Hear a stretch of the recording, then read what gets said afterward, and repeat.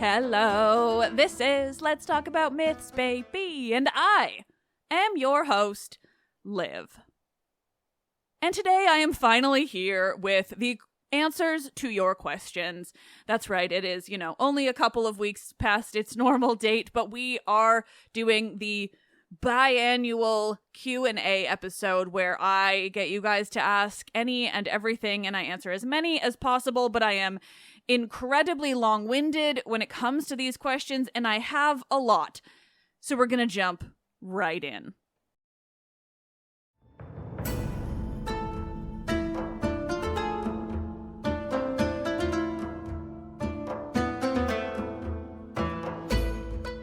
This is the 7-year anniversary Q&A episode. Is it Sappho or Sappho or Psappho? Answering your burning questions.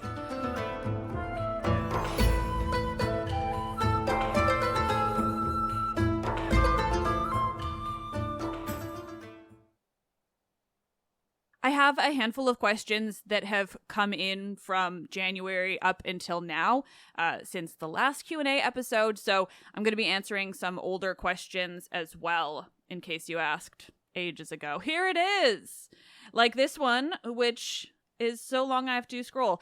This is from Holly, and I'm just going to read Holly's TLDR, because I need to. The TLDR is immortality granted by Ambrosia, or is that an idea I've conflated from Norse mythology? Can you elaborate on the birth details of the Dioscuri, Helen and Clytemnestra, ranting about the sisterly bond or lack thereof of Helen and Clytemnestra? Thank you. I hope that I'm not going to double up on anything that is in your longer message, but I have so many questions to get through, so I can't read through it because I know that then I would want to talk about everything.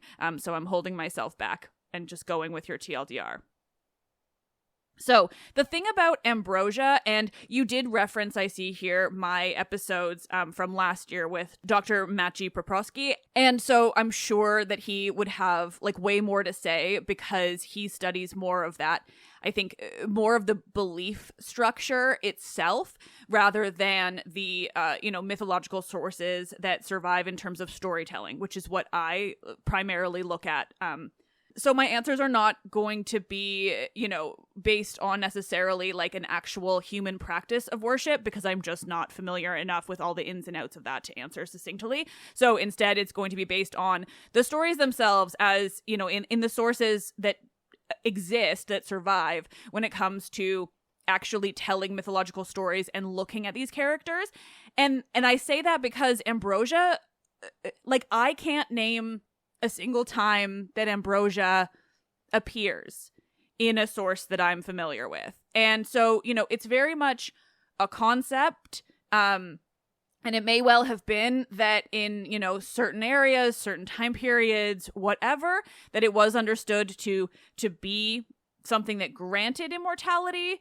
But I don't generally think it is. I think it's sort of this not particularly important, if my understanding is correct, kind of notion of just that's what the gods eat. They eat ambrosia, they drink nectar.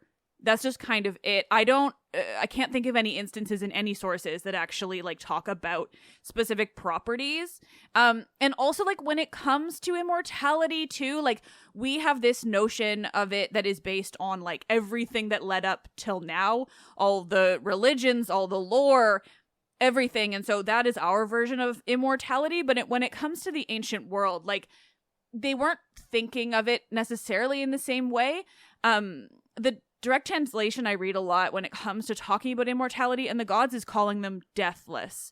And so I think it's really more about just kind of noting this concept that through all the centuries and centuries of ancient Greece and their culture, the gods are still the same gods. And so they are deathless. And there are a handful of people, of course, who are granted that kind of status, Heracles, Ariadne, people like that. But I don't think it's oh, here, you eat ambrosia and this is it, because it's really coming out of traditions where, it's just a necessity. They're just becoming a god. So I think it comes down to, what I talk about so often, which is just that we think of this as a story where, cause and effect exists and we need to logically understand something, but like that's not how it was back then, let alone the fact that like what survives is so fragmentary and so late and all of that. It's really just about like the concepts, right? The belief structures and everything. So I just don't think it's like that deep is essentially what I'm trying to say when it comes to Ambrosia. But I realize you mentioned Norse mythology. No, you're quite right. Ambrosia is Greek mythology. It's just that it's like not particularly common across Greek mythology, but I think it is almost exclusive to Greek mythology, like by that name at least. And then you asked about the birth details of the Dioscuri and Helen and Clytemnestra, and honestly, like the answer is somewhat similar, which is just that not a ton of sources survive that actually tell any kind of story about their birth. We know that Zeus came to Leda in the form of a swan, and that she also slept with her husband, like close enough that half the children are deathless, they're gods, and half are not. And, you know, there are some versions and sources where she lays them via eggs, but even like who is in which egg and who in, it is and is not immortal, like does kind of fluctuate. Like Helen is always, and maybe one of the brothers is always, I can't even ever remember which is which, because it's really like, it is a minor plot of the story, because in the end they both die and they both get brought up to Olympus. So it's like it didn't actually matter much. There's like a plot point I'm not remembering, but like it's not major. But specifically when it comes to their births, unfortunately, I think we're looking at like maybe a couple of vague references here and there in sources, and mostly like imagery, which shows like Helen coming out of an egg and stuff like that. We're really not working with a ton of information or particularly detailed, descriptions of how exactly it happened. So honestly, what I can tell you is the four of them are siblings. Half are the children of Zeus, half are the children of Tyndareus. They're all the children of Clytemnestra, and they have a lot of sibling relationships. Castor and Polydeuces, they at some point save Helen from Theseus. They are fairly heroic in their achievements, but at the same time, too, with them, we don't have a ton of surviving sources that aren't coming from like a much later Athenian period where they're writing Theseus into this. We're working with more of like references here and there because they're dead by the time the Iliad comes along. And so like we're not working with a lot of details on any of these. What we're looking at really is like references later in plays, just whereas they are the brothers. And it's always that Clytemnestra is the sister of Helen, but we really don't get a lot of actual interactions between the two in any surviving sources.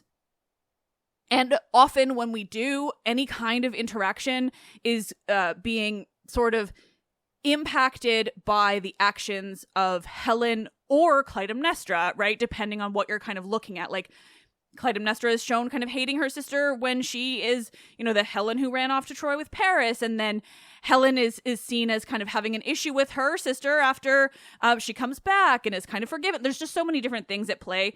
So it completely depends on the sources you're looking at. But when it comes to those characters and that aspect of the storyline, the stuff that does not exist in the Iliad and the Odyssey, we are mostly looking at plays. And so as we all well know, like a play, while it is an incredible source from the ancient world, is very explicitly a play. It's like a movie based on a true story. Like you never know quite what the writer is adjusting or making changes in order to make it look good on a stage or be more exciting or really appeal to this particular audience. So they're incredibly valuable resources, but they are not definitive in any way when it comes to like establishing like cultural mythologies outside of the plays. And this is why I started right away, because I've already recorded like 7 minutes on one question. Let's keep going. Thank you, Holly. This next one is from Ronnie, and also like probably at least 10 to 15, maybe up to 20 others of you. So I'm going to answer this blanket question right now for anyone who has asked if I have heard of the musical Epic by Jorge Rivera Herranz. Yes. I've absolutely heard of it. Thank you so much. I actually love. And it's really fun to have these things where, like, I know that, like, a good 100 people will send this to me. This is one where you guys have been sending it to me for, like, a year or two. Honestly, thrilled to know it exists. I am not somebody who can just sit down and, like, listen to a musical. My ADHD would lose its mind. I'm not big on musicals broadly. I'm absolutely thrilled it exists, but no, unfortunately, I have not, like, interacted with it personally. But, like, awesome! And speaking of sibling questions, Steph asked, who are your favorite siblings in Greek myth? Are there any siblings who have an adventure together? And I'm just going to go straight in with my favorite siblings and their adventure is from Iphigenia among the Taurians, I think. Or maybe Orestes. Basically, it's always going to be Orestes and one of his sisters, because between those two plays by Euripides, both times, Orestes is kind of a useless dweeb.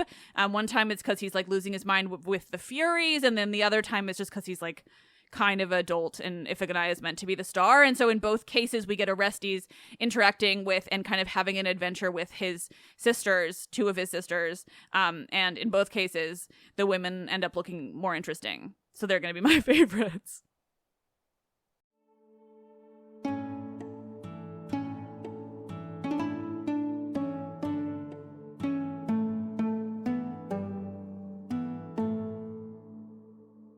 And this next one is from Alex, who listed a bunch of pronouns, but given that he was in caps with a bunch of question marks, I'm gonna try it out for you.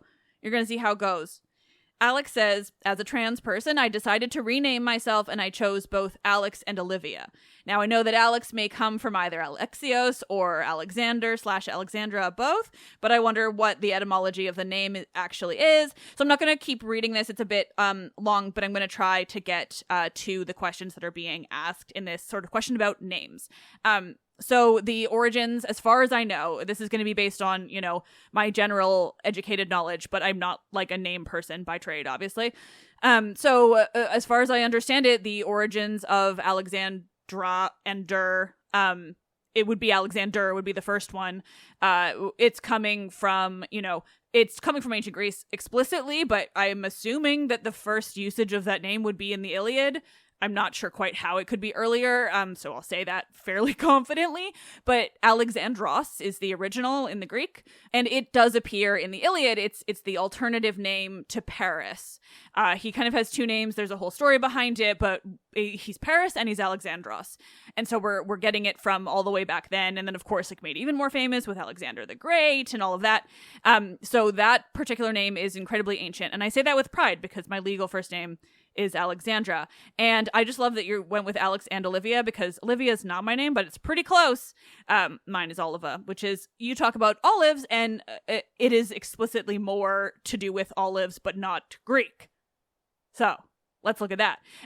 So as far as I understand it, the name Olivia is not Greek. It is Latin. It is Latin for olive, or Oliva more explicitly, and then it became Olivia as a name. And I believe I can say with complete confidence that it is Latin. The Greek word for olive is Elia. So it doesn't actually sound like olive. Ours is definitely coming from the Latin influence. Because oliva is Italian for olive, it's Spanish for olive. Though I know Spanish also has another word for olive that's coming from Arabic, which is its own whole cool story. But essentially, all to say, Olivia is related to olives for sure, but it is not Greek. I see you did spell it out in Greek. That would just be the spelling of the Latin name in Greek letters. So it doesn't actually have Greek origins. Like I said, the Greek is Elia. That said, I imagine that's a name as well, but I don't know the history of names surrounding the name olive. Aside from just the general what those words are. But I hope that was helpful.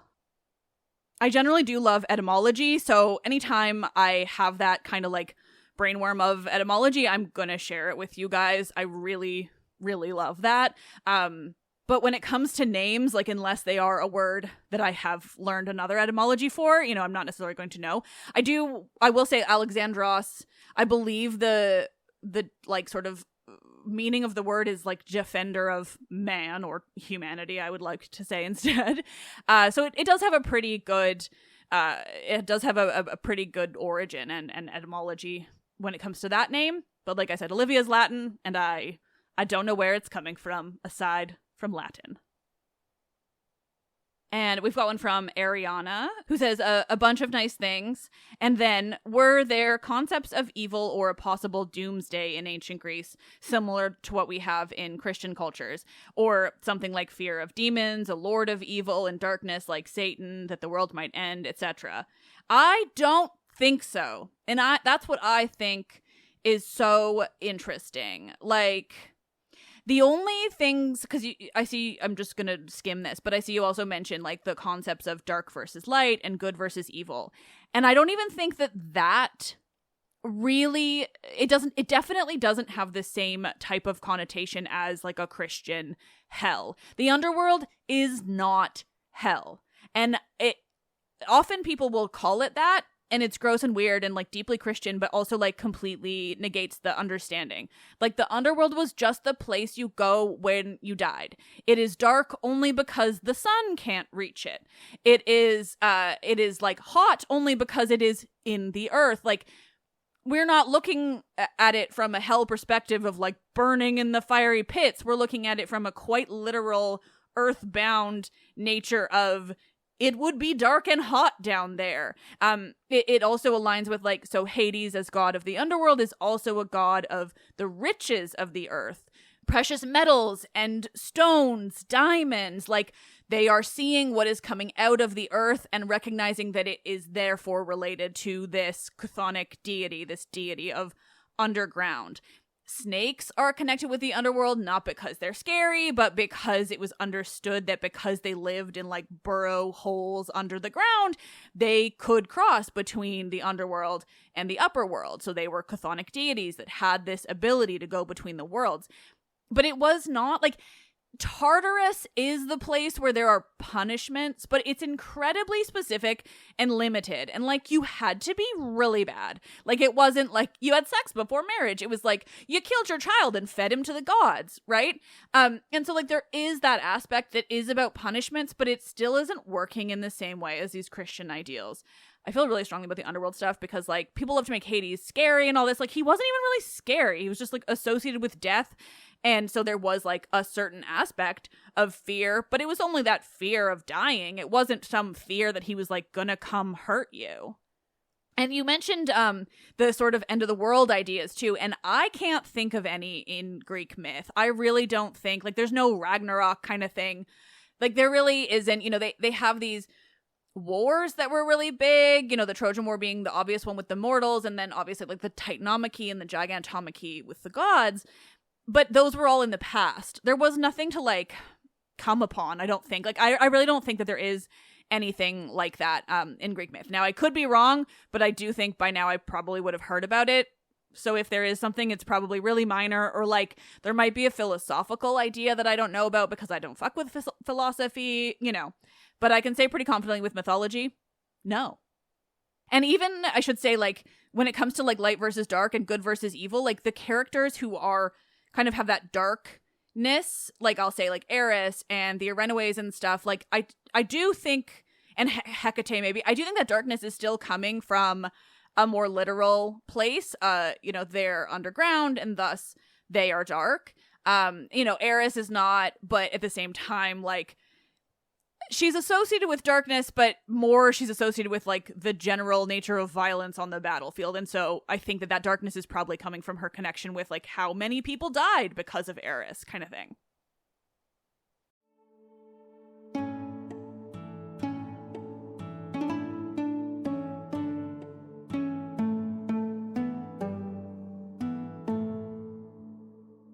All right. This one is from Ari, and they say, I know that Heracles became a god at the end of his human life, but do we know what he was a god of? I don't think so. I don't think he really is the god of anything. Like, we don't have any, like, appearances of him doing any roles of the gods. Like, it was really his apotheosis, like, his becoming a god is really more about honoring his role on Earth and what he did as a hero. So it's less about like assigning him something and more about just a blessing for what he did for the Greek world. It's this way of acknowledging that like he is their top hero. They also have him marry Hebe, the goddess of youth, who's a child of Zeus and Hera. So they're really, it's all about honor more than it is anything else. Now, I had two people here who are asking kind of vaguely similar questions. Blaze asked about episodes on spirits from Japanese myth, and then Lisbeth asked about episodes of just myth from other countries broadly. So I'm just going to address this overall because the answer is quite simple. I'm probably never going to expand into me telling stories from other mythologies. I am very open to having ancient Mediterranean mythologies beyond Greece brought up on the podcast, and I would be happy to have experts come in and talk about mythologies from the rest of the ancient Mediterranean. I probably won't because it just wouldn't be the same. I don't know how to research. I don't know the sources. I don't have the background. I don't have the passion, but I do have the passion for learning broadly, and so that's why I would welcome guests. That said, I'm sticking to the ancient Mediterranean because that is my interest, and I do want to keep the show niche enough for that. So I won't be going beyond the ancient Mediterranean, is essentially the short answer. But thank you. This one is from Griffin, and they start off by saying that they're 13, which, impressive. I don't even want to think about how old you were when I started this show. We won't go there. And they asked about if I was going to be doing any merch for Prometheus. And I haven't thought about Prometheus before. Probably not, unfortunately. I have to kind of limit the merch to just a few things since I pay people to do designs and stuff. That said, we have some new merch coming out that is some other very fun and exciting characters and things. But unfortunately not Prometheus. But thank you, Griffin. All right, and I've got a question from Millie, and she says, what books on Helen of Sparta/Troy, I think it was never really of Troy, would you recommend, and are there any other forms of her story that I would recommend? Books-wise, yes, I have, I'm going to turn and do this kind of pseudo-live and still find a way to talk to my microphone. Helen of Troy by Bettany Hughes, I've heard is very good. I've used it for some research, but I haven't read the whole thing. There is Helen of Troy in Hollywood, which is by past guest Ruby Blondell. I should say Bettany Hughes is also a past guest. You're welcome. Both of them have written on Helen of Troy. Ruby's book was about Helen of Troy on screen, so you might be particularly interested in that. And then Ruby goes through a lot of different versions of her and portrayals, so there would be more in there as well.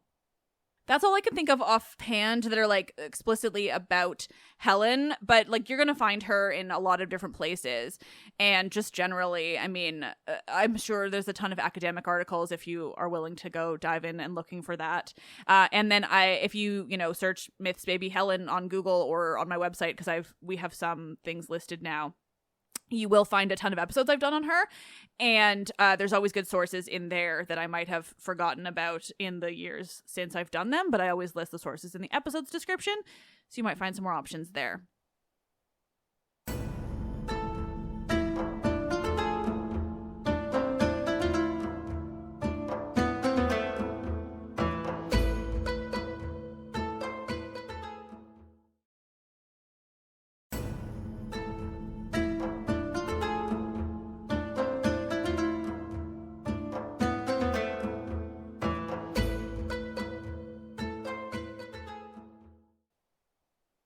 And I have another from Anjali, who asks about going to Greece and looking for mythologically relevant places and whether I can do an episode on that.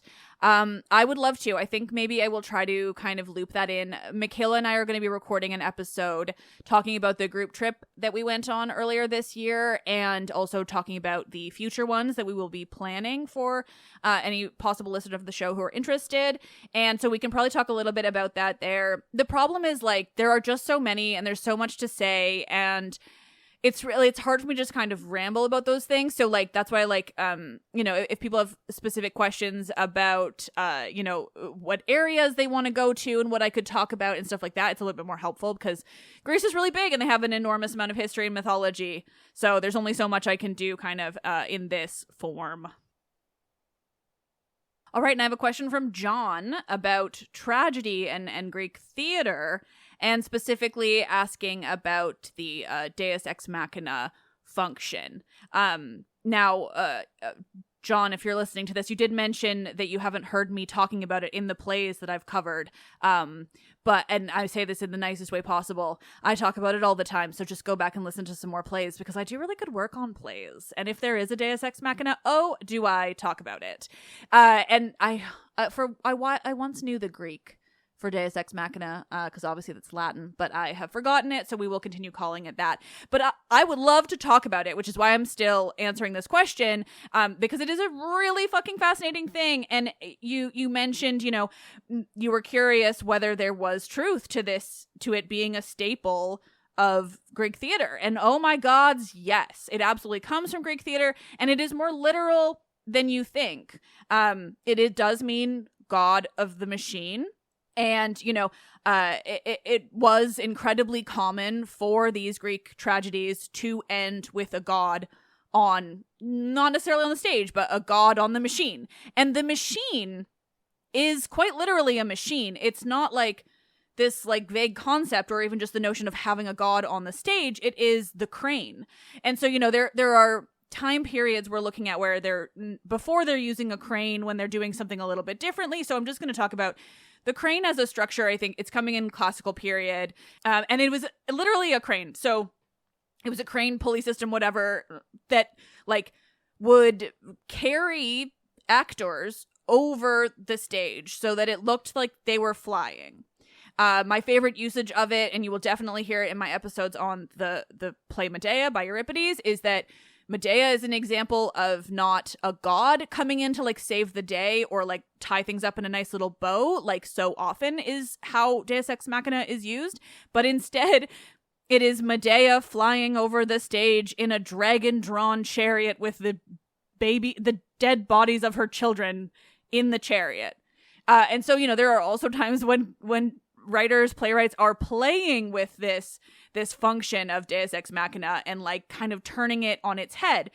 But broadly, you get a lot of characters like Athena, Apollo. Those are probably going to be the two most common.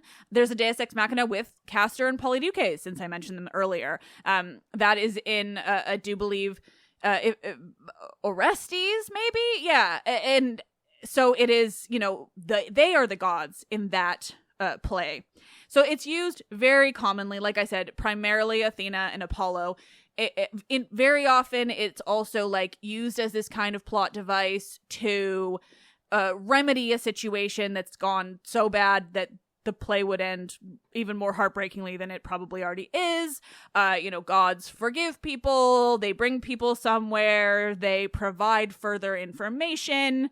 They're used in a lot of different ways, but that is all to say that the concept of Deus Ex Machina, and quite literally the crane, that is, because it's literally coming from that word. Mechanos is the name for like machine, obviously, and that the crane was simply a machine.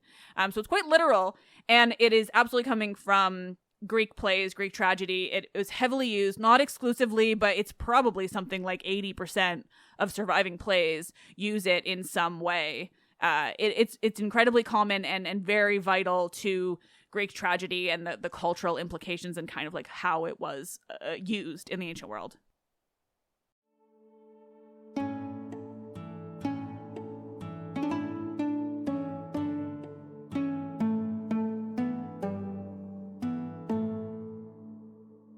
All right, and then I got one from Stu, and he says, do you think Ovid's pickup guides could be satire? Like it was meant to be so far over the top, it was obviously not real advice, but because not all men are, that was in brackets, are such shitbags, we can't tell the difference anymore. Yes and no. Like, I honestly, I mean, that work is so fucking wild. Like, it could be satire, but I think that in order for it to be satire, like, I don't know. I don't know how much that fits. I'm sure there are a lot of academics who would argue that it is and I'm sure they have very convincing arguments. I think it might be like slightly satirical, but I think the likelihood is that he was still like, he was a Roman man. And the thing about it being satire is that like, it doesn't really work as satire if it was an incredibly misogynistic society that would treat stuff like that as like pretty acceptable, you know, like in our society now, we would think it could be satire, but like if it is existing in a world where women are seen in very similar ways, like the likelihood is it's not satire. I got one from Michaela, not my assistant producer, who says, do you know anything about the Greek goddess Nemesis? yes, this is a great example, and I'm sure I'll have lots of these as we go through. This is a great example of characters where I promise if there was stories for me to tell you, I would. Nemesis is an important goddess. She appears in lots of different places.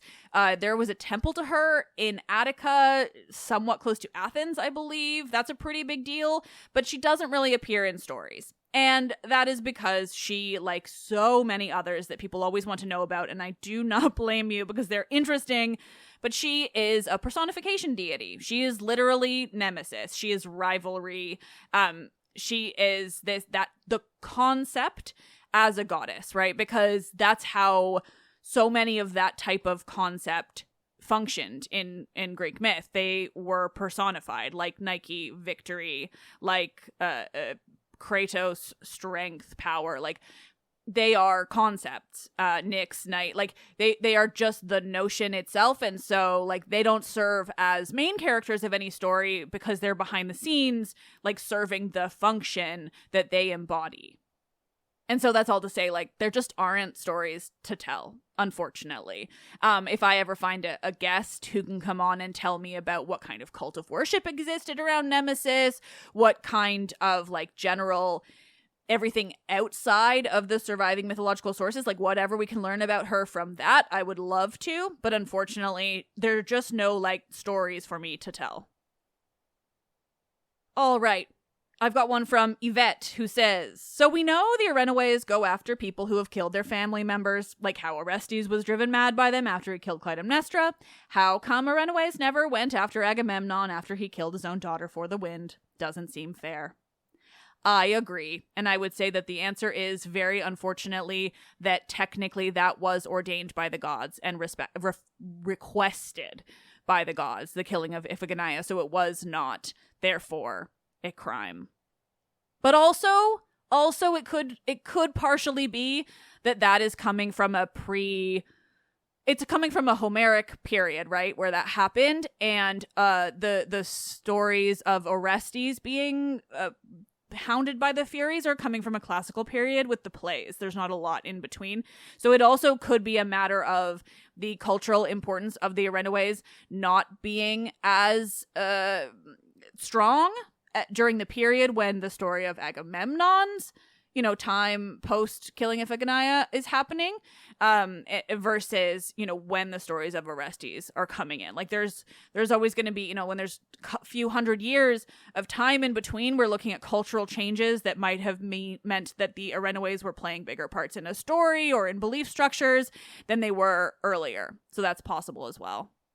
But also you have to remember that there's no, like, hard and fast rules for anything, right? There's no, like I think a great example, and it threw me a lot at the beginning of this podcast before I was as deep as I am, and it's just that nature of, like, whether the gods can show themselves to a mortal and whether that mortal will die. Because it really seems to have a lot of different... Like, there is no hard and fast rule about that. Sometimes the mortal dies, sometimes not. Sometimes we understand what it means for a god to show their true form. Sometimes they're just kind of there and it's not a big deal. And, there are no hard and fast rules because we are looking at something that's spanning so many hundreds of years and an incredibly broad area that was not unified under any kind of, like, religion or culture. They just shared... similarities and, like, languages, but they had this different dialects. They were basically very separate. And so there just is no hard and fast rule with anything. It is both fascinating and infuriating.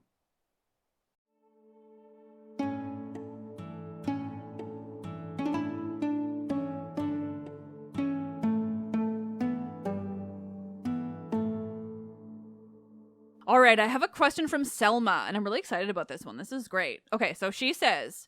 after some nice things, thank you. You often mention that a lot of the work that we have from Sappho is very fragmentary. I've been wondering, how do we know that those pieces are from Sappho, since her name probably isn't written on all of the fragments? Did she have a specific writing style, or do we know what her handwriting looked like? I guess the same question goes for all the other fragments that are ascribed to different people. How do we know? And so this answer is coming from, you have to remember, I only have a BA. I am not an archaeologist. I do not study, the transmission of these things. However, I think I can say pretty broadly some answers about this. But just understand there are enormous complexities that I will never understand. when it comes to Sappho, I'll say that, so firstly, you mentioned her handwriting. I will unfortunately tell you right now that I don't believe that there is any possibility that we actually have something that was written by her. Well, we have our copies of people who were reading and listening or like singing her songs later. Primarily, as far as I understand them, the fragments of Sappho that we have survived because they were used as mummification or just generally papyrus scraps later. There was a lot of reuse, a lot of recycling. You have a scrap of papyrus, you're not using it anymore, you're going to use it for something functional. And then later we can pull these pieces apart and find out what was written on them. But usually that's why they're like kind of torn up and they're lost or they're missing, they're they're unfinished, whatever. And so that's what's happening. So we are probably looking at considerably later copies of Sappho that survived. Sappho was from the 7th century. She's quite old in the grand scheme of Greek sources. And so, the stuff that would have been from then probably wasn't written on papyrus. I'm saying that with confidence. I really don't know. But the likelihood is really that we have stuff that's coming from Hellenistic period. Actually, sometimes I can just talk myself into answers. It's almost certainly coming from the Hellenistic period, being like a good 400 years, 300 or 400 years after Sappho. And that's because if it's papyrus, the likelihood is that it was actually, oh my God, I keep answering myself by just talking out loud. This is why I love these episodes, because as I was saying that, I was going to say, okay, yes. Okay. I'm keeping all that in. You can see how my brain works because I think it's fun. So I'm going to revisit my answer and say a lot of the same things, but I'm going to say that almost certainly almost all we have is from the Hellenistic period, and it is from Egypt, because that's how it's used as papyrus for cultural things that were done in Egypt that reused papyrus and therefore allowed us to read it later. And that would be from the Hellenistic period, because that is when the cultures of Greece and Egypt have blended considerably, because Alexander the Great conquered Egypt, and then, a lot of stuff happened. So it was the Ptolemaic dynasty that is ruling them afterwards. They are Greek, but in Egypt, and there is a lot of melding of the cultures and a lot of like stuff like that happening. Greek poets who were really popular, written on papyrus, and then those papyrus pieces are reused in a way that allows them to be saved for us today. Because a large part, if I recall, a large part of papyrus fragments, and I would imagine Sappho's as well, there's this big collection called the Oxyrhynchus collection, and that's because it was found in Oxyrhynchus, Egypt, and there's a lot of Greek writings and fragments that are coming from that because it was a collection of papyrus that was found, and we were able to decipher a lot of stuff from it. Now, with all of that rambling said, when it comes to figuring out who wrote what, again, I'm sure that there are a shit ton of other things that experts could say on this, but I will say the most basic stuff about Sappho specifically, because I'm glad you mentioned her, because she's one where I can tell you more clearly how they would figure it out it's her versus others, which I could not. And that is because Sappho, because she was writing on the island of Lesbos up in the northeast of the Aegean, like pretty close to Turkey, she spoke a really specific type of Greek. Because again, Greece was not unified. They did not even have a unified language. They had a shared alphabet, and, it was similar enough that people got by, but they had really distinct regional dialects.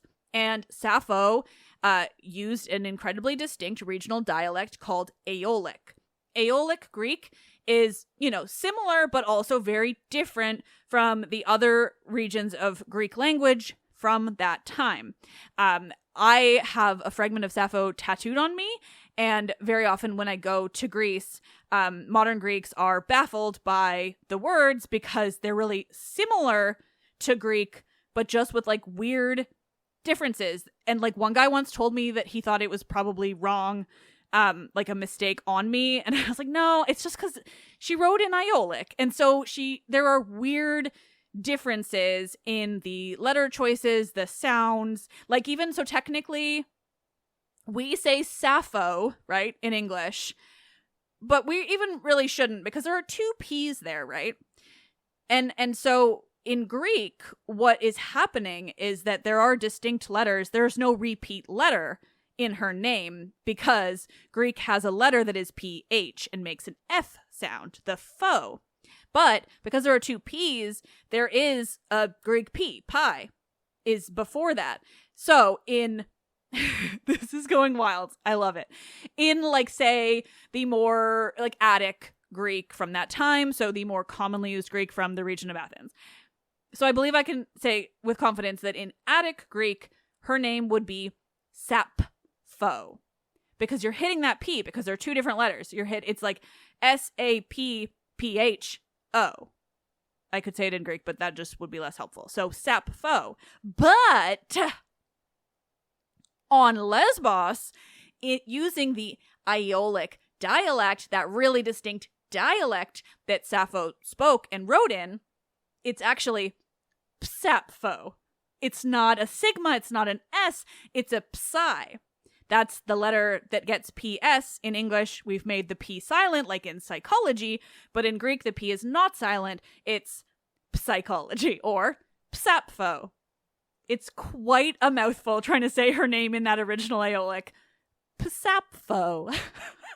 I love it. It's wild. And so, though, when it comes to finding fragments, they would be looking at, okay, this is written in the Aeolic dialect, and then they would probably look at, like you were kind of guessing, like writing style, poetry style, what kind of meter she might have used, like little things that would have made her unique. We also have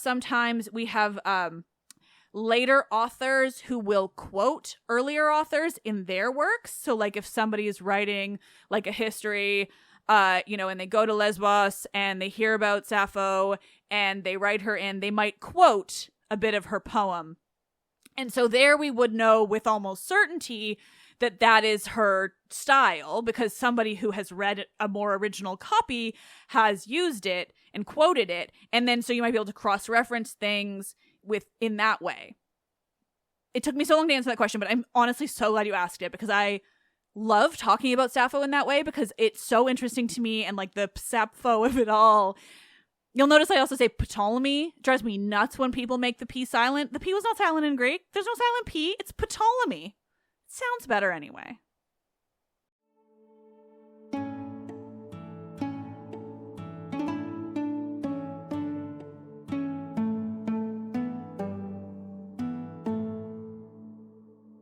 I've got a quick and easy one from McKenna, who says, were there any daughters Hera and Zeus had together? And that's great, because I mentioned her earlier. Yes, Hebe. I think she's the only one. Oh, Eilithia maybe also. I think maybe those two. Definitely Hebe. She's a goddess of youth. She doesn't really appear in any stories. She's primarily known as later marrying Heracles. And then Eilithia is the goddess of childbirth, and I believe she's their daughter. She's definitely the daughter of Hera. So I think it must also be with Zeus. But the famous one would be Hebe. Eilithia is more appearing only like during moments of childbirth. She's kind of like Nemesis when I talked about earlier. She's like the concept. So she is there for the physical birth, but in terms of stories, she's really only like, sometimes you'd call upon her because a woman's going into labor or a person's going to labor. Like, it's kind of like that, but she doesn't really feature. So Hebe is the one, but again, doesn't really have stories. She did marry Heracles, and that makes her cool. And it kind of signifies that like Hera forgave him in the end when he became a god. Now, Bella asked a really kind question that I think I can answer in a more broad way. So she asked, when will you be in the Washington area for an episode that you do in a public place? Also, if you're going to be in the Washington surrounding areas, where will it be? I love that question because it makes it seem like that's something that I just get the opportunity to do, which would be really cool, but it isn't, unfortunately. So if I ever get the chance to tour with something, like I think I would be open to it at this point. It's taken me a really long time to accept that. I have to figure out like a format. But I would be really open to it for sure. But it needs to be something where like somebody comes to me and they're like, we want to put you on a tour, because I don't have the bandwidth to plan anything myself. I would lose my mind with anxiety. So the short answer is I'm not. I mean, technically I go to Washington fairly often because my best friend lives there. But in terms of like a public show or anything, I don't have any plans currently. But if the opportunity ever presents itself to do any shows, kind of anywhere, honestly, I would be down. And this question from Olivia. I'm reading numerous of these because I just want to emphasize this to you, because I am sorry, but this is the nature of Greek myth. Olivia asked, if you haven't already, could you possibly do an episode on Amphitrite or Nemesis? No one really talks about them, and I would love to know more about them. Me too, Olivia. Me too. So like I said about Nemesis earlier, there just really isn't that much to know from my perspective, from the sources that I am familiar with, the cultural context that I am familiar with, because she was really a personification. So she was important, but there are no stories. So I think a lot of what would have made her important is likely lost. I'm sure there are scholars, who have scoured everything, and look at it more from an archaeological perspective and could say a lot more. And so, like I said, I would love to have somebody on who could talk about these types of goddesses that lack story or really much for me to say at all. Unfortunately, Amphitrite is the same, though hers is like a little bit more egregious, if you ask me. Unlike the other, wives of the big three dudes, right? Amphitrite is quite unique. Hera has a ton of stories. We know all about Hera. Do we always like it? No, but we know all about Hera. Persephone, not a lot of stories. We know enough. We know enough about Persephone. I know so many of you would want to know more, but there are some things. We know that she was important. We know enough. Amphitrite? What we know about poor Amphitrite is that, I forget what lengths Poseidon went to in order to marry her, but it was, gross. The thing about Poseidon, right, is that he is the most violent of the Olympian gods. And that, it's funny, because I've always called him that. But, I think it's really important to understand why that is. They didn't come up with Poseidon, fucking shit up all the time and being so violent to people for the fun of it. They didn't do it because they wanted one to be a baddie, because they didn't see him as bad, right? He's just violent. And he's violent because the sea is violent. And I think that is so interesting. And Zeus is violent because the sky is violent, and I love that. And Hades is not violent because under the earth is pretty chill, and I think that makes it all so much more interesting. It's why I like to look at these characters as both characters, but also as the concepts from the ancient world, because they aren't like stories and characters that we know of now. It just didn't function that way. So Poseidon was violent because the sea is a violent and scary place. And so the way he went about marrying his wife was violent and scary. Again, I don't remember the details because I just haven't sought out too many because they're not fun. They're not fun, But in some way he pursued her and forced her to marry him, and it's pretty gross. And then their son is Triton, who is either singular or sometimes Tritons are a plural, kind of like Eros and the Erotes. There's either lots or there's one, but either way they're the children of Poseidon and Amphitrite, and he is also violent because he's a god of the sea, right? And they did understand that the sea had peaceful qualities, but those weren't assigned to Poseidon. I think those are probably falling more under Nereus and the Nereid nymphs, but even still, Thetis, she's got a wild side, and that's because the sea is wild. And so there's not that much to say about Amphitrite, except that Poseidon married her in a horrific and sexual assaulty kind of way. They had a child who was also dangerous and violent, and then she just was the queen goddess of the sea, but she didn't have a role like Hera or Persephone. We don't really know much about her. She doesn't really figure into any stories, but Poseidon doesn't really either, except for little violent bouts of contact. So it kind of makes sense. But yeah, unfortunately there just isn't much at all to say about Amphitrite. I think I did an episode on the gods of the sea, and she might be in that. Maybe I'll try to dive deeper into sort of all the deities of the sea. That could be a way where I can touch upon her a little bit more, but essentially what I'm saying is there's not enough for an episode on her. There's not enough at all. So I'll look at doing maybe the sea broadly. But one fun fact I will tell you is that for reasons I don't totally understand, there is a lighthouse on the island that I live on / grew up on. It's up in the north-ish on the west coast. So it is like the most violent part of the sea. It's in a place called Ucluelet by Tofino, and there's a lighthouse called Amphitrite, and it's really like short and squat and kind of funny shaped. Google it if you're interested. It's pretty fun, and I just like the little bits of mythological references that exist on this island. All sea deities, mostly. There's a Thetis. There's a lot of Thetis, too, so, you know, we've got it going on.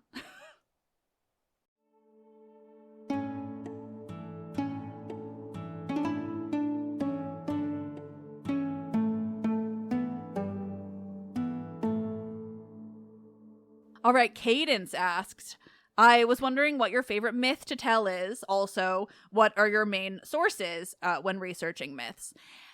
I don't know that I have a favorite myth to tell because it all depends on like the mood. But I think that if I had to pick one that I find to be the most fun to tell, I would say with pretty strong confidence that it would just be like anything in that cursed family that I love so much. Like I do love a curse. And so, you know, the Tantalus to Pelops to Atreus to Agamemnon and Menelaus and Thyestes and Aegisthus, Orestes, Electra, Clytemnestra, all of the deaths, all of the violence, that cursed as fuck family, always so fun. In terms of sources, it really depends what I'm working on. My go-to is always going to be theoi.com. That's theoi.com. And I use them in almost every episode. And that's because it's just a great site that lists a pretty good number of ancient sources, but based on topic. So it's really easy to find ancient sources that way and information about the gods more broadly.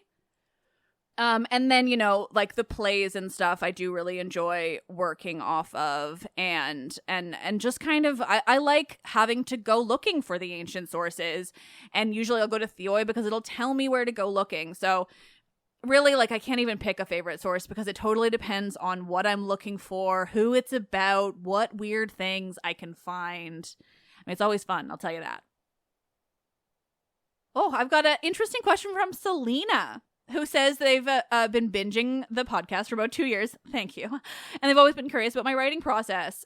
Is it entirely scripted, or do you just give yourself general notes? So it does vary. Typically these storytelling episodes, the Tuesday episodes, I would say 95% of the time are fully scripted. Sometimes I go off script and I will come up with something on the fly. That just, came into my head, and so I wanted to expand on it. But generally for the storytelling, I do have a script. It's very, word vomit scripting. Like, there's a better word for what I want. Stream of consciousness, that's it. And so I basically will just, read all the sources on a story and then just type as I go. Essentially, like I'm speaking to you now, but I put it on paper just so that it's then easier for me to recall later. But it is fully scripted in the way that, it'll just be my voice, but it is written just so that it's easier and I don't fuck up so many times. An episode like this is totally on the fly. I just have the Google Doc of all of your questions open on my computer, and I'm just going through and then rambling. Conversations are not scripted at all, but I'm sure that's pretty obvious. The readings are obviously very scripted. I just read the thing, usually from theoi.com. But every once in a while, I'll do something a little bit different. I've been really enjoying revisiting some of those episodes that I've done. You know, when I looked at the Zeus one most recently, and I've done the Theogony and Medusa as well. Those are, obviously I'm playing the old bit of the clip, but otherwise that is entirely unscripted. That's just me coming up with the comments and the answers in the moment. A lot does live in my head. I can, if prompted in a helpful way, I can go off and just go on without a script. It's the prompting that always helps me. That's why I love these conversation episodes. Yeah, so that's what the scripts, I will say, for Tuesday episodes tend to be around 5,000 words. If you're curious how much I write for this show once a week. So that part, it's fun, but sometimes I wish it wasn't once a week, But yeah, that's kind of the process. That's why, sometimes I'm just like, hey, I want to revisit this episode, or I want to do a Q&A or something where I don't have to research and write 5,000 words. So I do that for myself every now and again, just to kind of save my brain.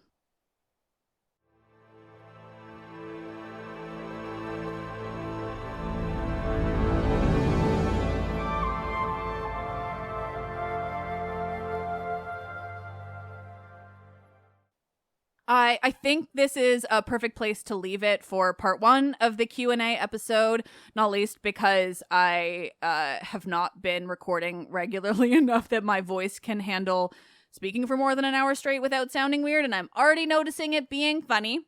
So we're going to give it a little break, but I will be back with many, many more of your questions on Friday's episode. And thank you all so much for these questions. As you heard, I really love it. I really love having these ideas to prompt me to think about things in a different way because, I can do all the research I want on my own, but unless you have like an outside question coming in, sometimes you'll never find the thing or realize the thing because it like the Sappho stuff, I'm like making these connections in my memory while speaking out loud and realizing, I do know more than I think because I've learned all of these little bits and pieces, and it took me having the question framed in the way that it was framed for me to come up with that stuff. So I really love it. And actually, now that I'm saying this, this might be something I'd like to do more like quarterly if you guys would be interested in that. So if you enjoy these Q&A episodes and you would like to have 4 a year instead of 2, I would be happy to hear from you. If you're on Spotify, you can comment and let me know what you'd like. If you feel like reaching out to me in another way, I'd be happy for it. I do enjoy it. It gives me a little bit more brain space. I don't have to script, but also I really love the stuff that it prompts in me. Now I'm excited to do an episode on gods of the sea, and maybe I'll find some way to talk about Nemesis, or I'll find a guest or something. But these are characters I always know that there are so many that you guys want to know more about, but I need to be told, because to me, there are just hundreds and hundreds, and I know too much, but I also know too little, and I want that input from you guys. I really love it. Which does also remind me to say, maybe it's not a quarterly thing if the main audience doesn't want it, but I am going to be introducing a subscription option soon for people who want ad-free. I've been wanting to do it for a while. I hate ads, but they're the only way that I can do this podcast. It's either ads or no podcast at all, because I need to be able to sustain my life, and to pay Michaela and, all of those things. But I hear from people who are often very kind about the ads and just looking for ad free. But I also very often hear from people who are so angry that I dare have ads in a free thing that I give you. And it's just that really hurts, honestly. It hurts me to hear that. Because, I don't know what else, I don't know what people want from me. I do. They want it free with no ads, but, I write 5,000 words a week. I write, for this show alone, let alone everything else, I write a good, 200,000 words a year, minimum. And I give you guys 2 free episodes a week. So, there have to be ads or you have to pay money. That's all there is to it. So that's all to say, we are working on a subscription option.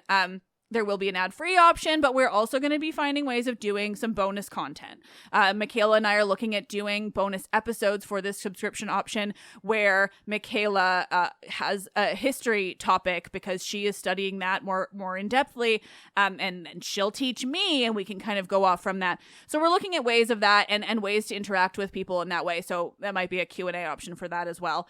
I'm rambling now, but just so you know, that's coming along with a big new merch launch, a new logo launch. I've been working with this incredible artist. There's so much more to come.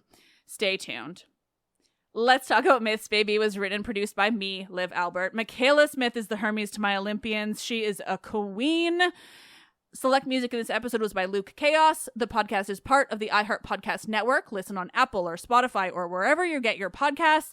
Again, if you're listening on Spotify, leave me a comment. Let me know if you want 4 Q&A periods a year instead of too, or just comment with some other nice thing. Please don't yell at me about the ads. It makes me really sad because you can skip them. I don't care if you skip them. Thank you. I am Liv and I love this shit.